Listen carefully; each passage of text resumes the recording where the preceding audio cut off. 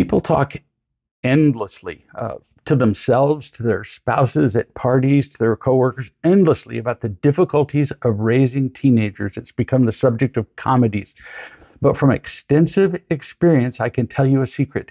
If you're having problems with teenagers, it's because you don't adequately prepare your tweens, the kids who are from ages 8 to 12, to become teenagers. We have to prepare them for this almost inherently difficult time. So right now, you can learn some parenting tips for tweens that will help prevent the problems of the teen years. Way easier to prevent problems than to treat them. These tips consistently work, no kidding. But it takes real guts to learn them as a parent. These tips require change from us, not just changing the kids. The question is, are you up for that? Tip number 1, no more anger from you ever. Really, that's a big one. No anger. Now, right now, you probably have no clue, understandably, how to just not be angry, or you would have already jettisoned that. When your teens argue, you just don't know how to not be angry. When they argue, when they live on their phones, when they refuse to listen and otherwise act, fairly ridiculous. But I'm going to teach you this incredibly important skill shortly. So hang on with that one. Number 2, love them unconditionally, which most parents have never seen. If you're wondering here how to deal with your tween, I can promise you that you never received sufficient unconditional love yourself as a child. It's unconditional love when people care about your happiness without any disappointment or irritation. And if you didn't receive enough, you cannot give it to your child. You can't give what you don't have. And we're going to talk more about finding that unconditional love in a minute. Tips numbers 3 through 8.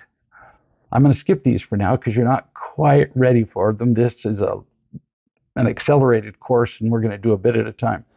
But we'll get to them. Number 9, teach them to listen. Huge. In order for children to grow up to be responsible and happy, they must learn to listen to others. This is no small skill. And one step in teaching them to listen is to stop them from interrupting people, which most tweens do, all day long. So first, a question. Why do they keep interrupting? I talked to a mother about her 12-year-old son, Aiden. She said, Aiden doesn't listen well. His school teacher says that he's always distracted by other stuff when he should be listening to her, and he doesn't listen at home any better either. His brother and sister can't speak half a sentence without him butting in to correct them or change the subject or add something. It makes them crazy. They get angry at this kid. They can hardly stand to be in the room with Aiden. He changes the focus of everything to himself, no matter what anybody says. I tell him that when he interrupts and changes the subject, it's disrespectful. And I can tell you he doesn't care. But she says that she tells him it's disrespectful, and other people don't like it. He apologizes, but he keeps doing it. He says that it's so hard for him to not interrupt. I feel like maybe he doesn't understand what interrupting is or when he's doing it. And I said, you've told me a great deal about your son here, and there's a lot to learn here about Aiden and about yourself. Mom said, I'm eager to hear it. It's all been utterly confusing to me. First, he does know when he's interrupting. It is also true that he can't stop himself, but not for the reasons that you think. It's not like some congenital problem. It's not some tween thing where he just can't help himself. It's not an involuntary compulsion. He's filling a profound need, in fact. He's driven by the greatest need in the world for a child. Mom looked like she'd been hit with a hammer. What do you mean need? What is this greatest need? How could I have not known this as his mother? And I said, like all children, like all human beings, actually, Aiden wants to feel unconditionally loved. And very few parents understand what their children need or why they behave badly. It turns out that children of all ages, including your tween, need love, but not just any kind of love will do. It must be unconditional, which means love with no disappointment or irritation. Every time a child feels disapproval, disappointment, or irritation, he can only hear one thing: I don't love you. Really, that's what they hear. Mom looked hurt and confused, so I continued. You have always done your best to love Aiden. You have. So relax. You simply didn't know how to give him what he needs because you were not unconditionally loved yourself.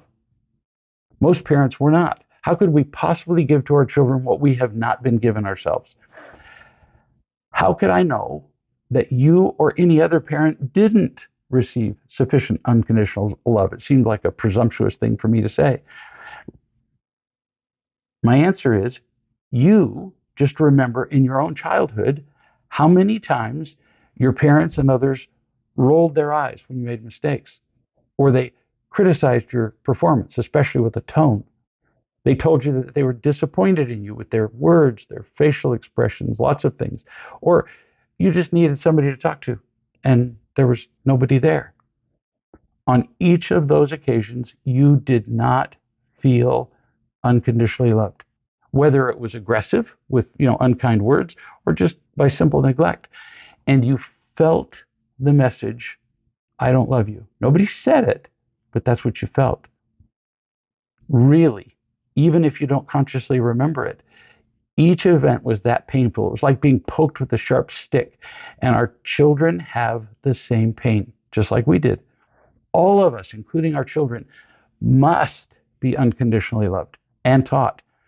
We have to be taught how to maintain our feelings of worth. We have to be taught how to develop our creativity and how to identify and be responsible for our feelings. When children don't feel unconditionally loved, they will do anything to earn our approval or to protect themselves from our disapproval. They try to please us. They try to earn praise. And when that wears off, because it does, then they try whining and complaining and disappearing into screens and anger and fighting and resisting and all that stuff. And one of the things they do to demand attention is to talk. Aiden is screaming for anything that will diminish the pain of not feeling loved. He's screaming for attention by his interrupting, because unconditional love or real love is not available to him.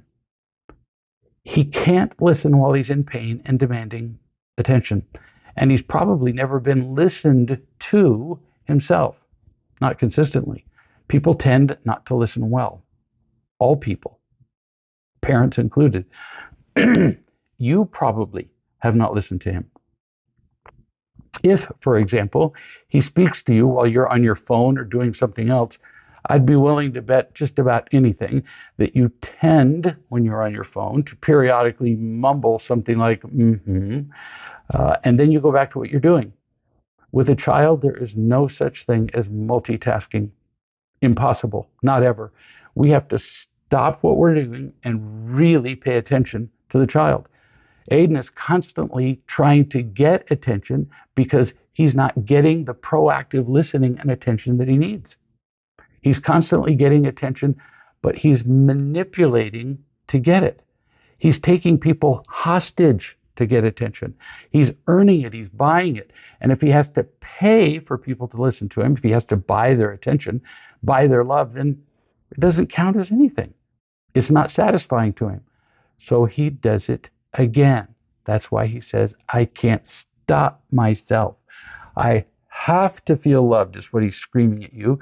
So I interrupt people to get some attention. He doesn't realize he's doing that. When he does interrupt, it doesn't help for you to tell him that he's being disrespectful. He's probably heard you the first 100 times that you said that.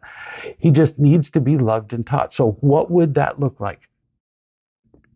You have to speak to him with no impatience. That's going to take some practice on your part.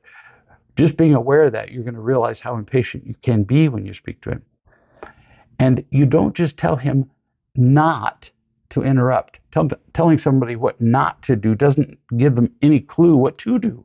You have to tell him what to do. When he interrupts, reach out and gently physically touch him. And then say, wait until your brother or whoever is finished talking, and then you can talk. We're dying to hear what you have to say. But you have to wait until the other person is done. You do this gently but firmly enough times, and he'll stop. Really, we've just never tried that. We lecture them. It turns out that Aiden's behavior isn't just being disrespectful to the other person. That's not the only bad effect. It actually hurts him. When he interrupts, most people will tend to dislike him and then not to listen to him, which will accomplish exactly the opposite of what he's hoping for by interrupting. He's not going to get attention from people because they don't want to give it to him. They won't listen. So he's hurting himself when he interrupts. It's also worth mentioning that when people like Aiden demand attention, they can sense deep down that they are buying the attention. Such attention just never feels fulfilling. It makes it impossible for them to feel loved unconditionally, which is tragic for Aiden. All of this discussion about interrupting has been just part of tip number 9 for raising tweens. I briefly mentioned tips 1 through 8 before that, and we'll get to those in future blogs and videos. So what is tip number 10? It's this. Go to realloveparents.com and join the thousands who have learned how to love and teach their children. Learn everything you need to know for teaching children to feel loved, to be loving, and to be responsible. Learn how to raise happy children. Until the next time we meet, remember that it's always about real love. And with kids, it's all about the parents.